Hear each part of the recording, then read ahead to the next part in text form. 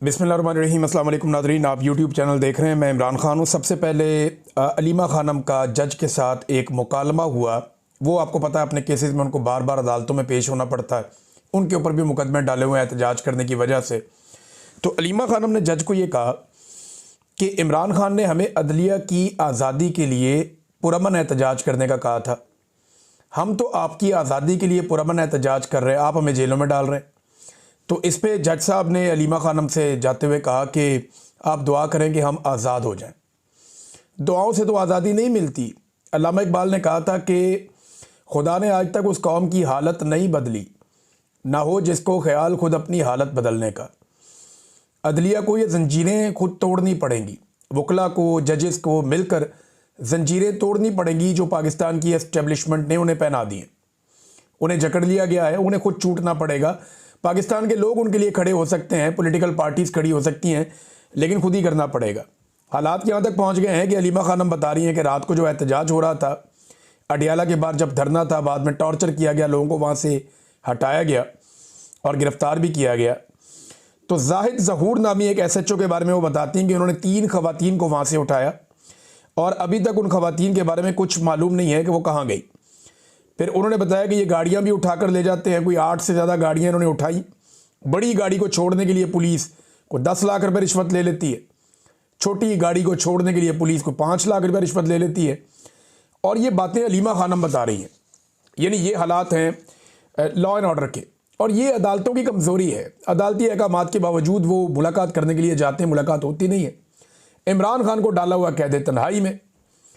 अब लगभग इमरान खान साहब को तकरीबन 1.5 माह से ज़्यादा तो ये हो गया कि आखिरी मुलाकात हुई। 1 माह उससे पहले वाला भी है, वो भी मुलाकात नहीं हो, लगभग तकरीबन कुछ 2.5 महीने होने वाले हैं या 2.5 महीने से ऊपर हो गया कि इमरान खान साहब कैद तन्हाई में, और उन्हें मुलाकातें नहीं करने दी जा रही, उनका बयानिया बाहर नहीं आ रहा।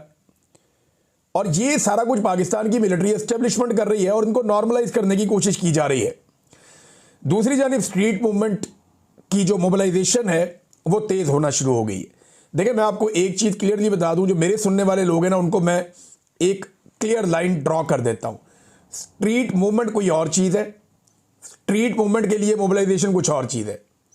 मोबिलाइजेशन होती है कि आप लोगों के अंदर विजुअल्स क्रिएट करते हैं, आप जगह जगह जाते हैं, जलसे, जुलूस, रैलियाँ, ये सारी चीज़ें होती हैं, ये मोबिलाइजेशन है।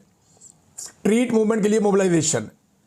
लेकिन जो स्ट्रीट मूवमेंट की प्रॉपर तैयारी है वो गली मोहल्ले में हर जगह पे, हर बंदे की ड्यूटी, हर नौजवान को पता है उसने कितने बजे कहाँ जाना है, क्या ड्यूटी करनी है, बाकायदा नाम लिखे जाते हैं, टेलीफोन नंबर उसके ऊपर मौजूद होते हैं, सारी डिटेल्स होती हैं, वो पूरा एक ऑर्गेनाइज तरीके से चलता है। वो अभी काम शुरू नहीं हुआ, लेकिन मोबिलाइजेशन का काम बहुत तेज़ हो रहा है। आज़ाद कश्मीर के अंदर जो है वो बड़ा एहतजाज हुआ है और ये स्ट्रीट मूवमेंट के लिए मोबिलाइजेशन का काम हो रहा है। नियाज़ी साहब वहाँ पे इमरान खान साहब के बड़े वफादार साथी हैं, वो वहाँ पे काम कर रहे हैं। बलूचिस्तान के अंदर बहुत बड़ी बड़ी रैलियाँ निकली नाज़रीन। मैं तो देख के, मैंने जो पहले मनाते देखे मुझे लगा शायद ये खैबर पख्तूनख्वा है, लेकिन बाद में पता चला बलूचिस्तान है। तो बलूचिस्तान में तो बहुत बड़ा इनकलाब तैयार है। जिस तरह के मनाजिर मैंने देखे हैं, जैसी रैलियाँ देखी, जैसे लोगों के इज्तिमा देखे, ऐसे तो कोई पोलिटिकल पार्टी अभी वहाँ कर भी नहीं सकती।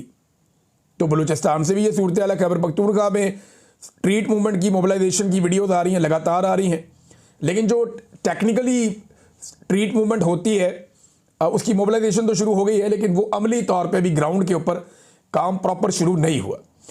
नादरीन ने एक स्टेटमेंट दिया ताहिर अशरफी ने, वो स्टेटमेंट मैं यहाँ ज़रूर आपको पढ़ के सुनाना चाहता हूँ। ताहिर अशरफी ने कहा कि, और ये मुलाकात की है इन्होंने अभी DGI-SPR से, कभी ये आर्मी चीफ को मिल लेते हैं, फील्ड मार्शल को, कभी DGI-SPR को, कभी किसी और को।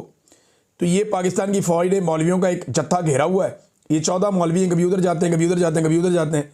ये 14-15, ये 2-3 दर्जन मौलवी हैं, और ये सारे दरबारी और सरकारी मौलवी हैं। कभी वज़ीर-ए-आज़म बुला लेते हैं, कभी ओहदे मिल जाते हैं। तो ताहिर अशरफी ने कहा जी कि कौम और फ़ौज के इत्तेहाद से जंगों को जीता जाता है। खैबर पख्तूनख्वा के अवाम फ़ौज के साथ खड़े हैं। देखें, खैबर पख्तूनख्वा के अवाम कहाँ खड़े हैं, ज़रा वहाँ जाके आप कभी पता करें, मौलवी साहब को पता चले कहाँ खड़े हैं। खैबर पख्तूनख्वा के अवाम कई दहाइयों से रास्ते में खड़े, कई दहाइयों से वो अपने घर ही नहीं जा पाए, कई दहाइयों से वो खैमों के अंदर और कैंपों के अंदर खड़े। खैबर पख्तूनख्वा के अवाम कई दहाइयों से नाकों पे खड़े और जनाजों में खड़े। अब खुदा का वास्ता है, इनको थोड़ा बैठ के सांस लेने दें। कब तक आपने इन्हें खड़ा रखना और कब तक आपने इनका खून बहाना है? इसके ऊपर ये खुर्रम ज़ीशान साहब का एक ट्वीट है, मैं ये ज़रूर आपको पढ़ के सुनाना चाहूँगा। इन्होंने दिखाया है कि ये खैबर पख्तूनख्वा के अवाम खड़े हैं, इसमें बहनें भी खड़ी हैं, भाई भी खड़े हैं, और लंबी एक लाइन है जिसमें टूटी फूटी पुरानी गाड़ियों के अंदर लुटे पुटे काफिले वादी तीरा को छोड़ कर आ रहे हैं।